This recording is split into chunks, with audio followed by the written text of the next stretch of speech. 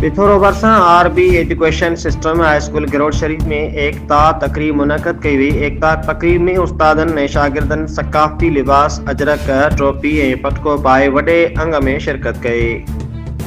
सकाफ़ती ॾियारे जे हवाले सां शागिर्दन तकरीब में सिंधी गीतन ते टेबलोस पेश कया ऐं तकरीरूं करे सिंधी सकाफ़त जी बका लाइ मोहबत जो इज़हार कयो ऐं सिंध खे भेटा पेश कई। तकरीब में आयल मेहमानन ऐं ॿियनि उस्तादन शागिर्दन जो चवणु हो त रोज़ानी पंहिंजी अख़बार ऐं टाइम न्यूज़ जे ज़रवान अली काज़ी सकाफ़ती ॾियारे जो बुनियाद विधो, जंहिं ते अली काज़ी खे सलाम पेश कयूं था, जंहिं असांखे पंहिंजे 5000 साल पुराणी तहज़ीब ऐं सकाफ़त खे उजागर करण लाइ उकसायो।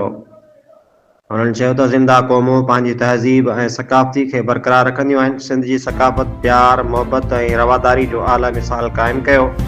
आख़िर में आयल मेहमानन के स्कूल के प्रिंसिपल अज़ीज़ुल्ला आरिसर पारां शागिर्दन में तोहफ़ा ॾिना विया। रिपोर्ट डॉक्टर एम लाल बघाणी, डिविज़नल ब्यूरो चीफ।